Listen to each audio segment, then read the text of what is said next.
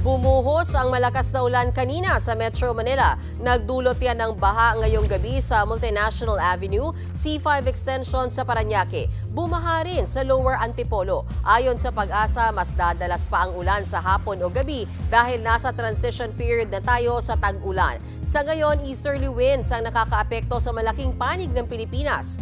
Sa pool naman ng frontal system o salubungan ng malamig at mainit na hangin ang Hilagang Luzon. Sa forecast ng Metra, tanghali pa lang bukas ay maulan na sa Ilocos Region. Sa hapon naman, makikitang uulan sa Cagayan at Central Luzon. Mahina hanggang sa katamtamang ulan naman ang nagbabadya sa Metro Manila, pati na sa Palawan at Kabisayaan lalo sa hapon at gabi.